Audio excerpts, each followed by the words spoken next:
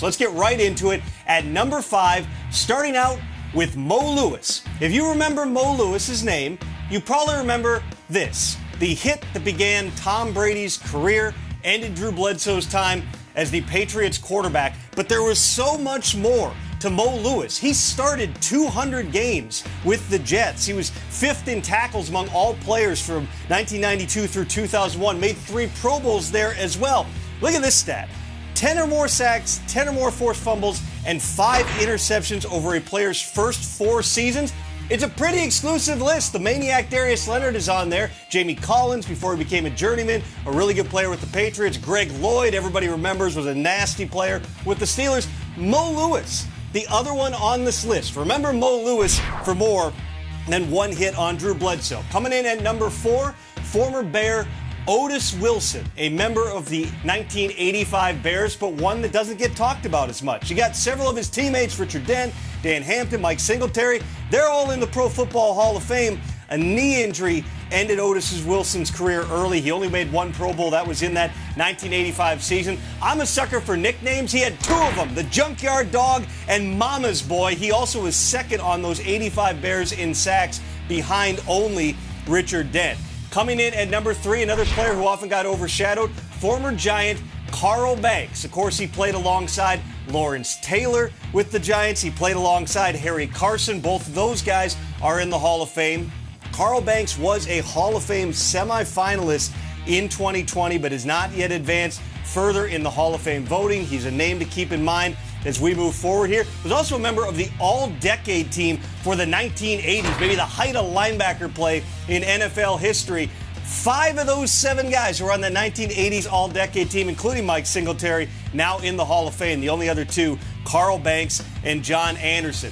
Coming in at number 2, most underrated linebackers of all time, James Ferrier, a former Jet, longtime Pittsburgh Steeler. He was a defensive captain with Pittsburgh for 8 years, went to 3 Super Bowls. He won 2 of them, was nominated for the Hall of Fame back in 2020. Again, another player who every time that you would watch the Steelers, you would see him doing things like this. He also was one of the toughest guys, the most durable guys in the league. Look at the most defensive starts over the main decade of his career from 2002 to 2011.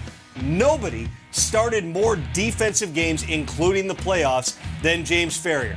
And finally, coming in at number 1, we're going to turn back the clock to Larry Grantham. Do you know the name Joe Namath? If you do, and I'm guessing you do, you should know the name Larry Grantham. He was the defensive captain on the Jets team that brought the AFL into relevancy.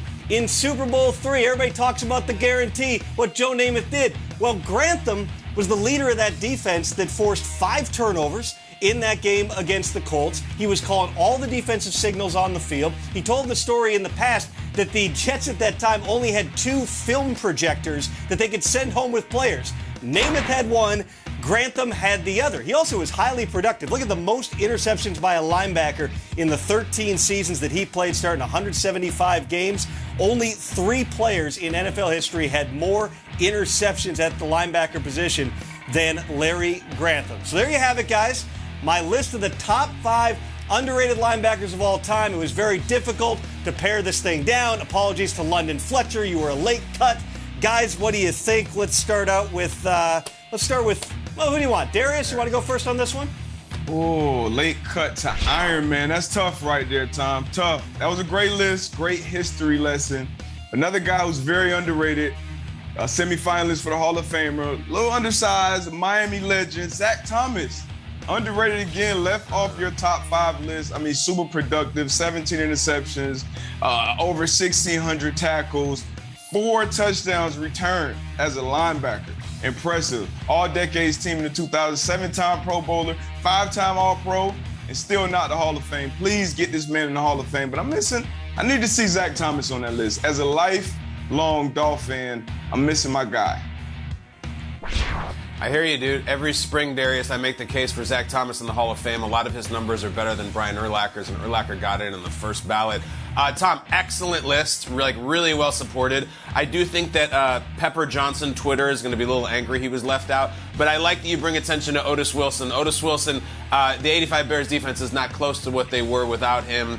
the way it worked in that team was Mike Singletary ran the show. It was his defense. Wilbur Marshall would kind of freelance and just run around terrifying everybody. And Otis was the guy who would blitz most often in the feared 4-6 defense.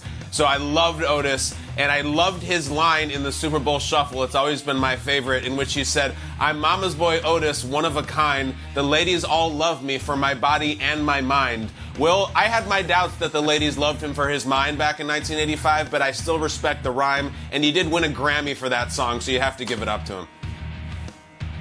Absolutely, that goes a long way. Tom, this list is absolutely trash.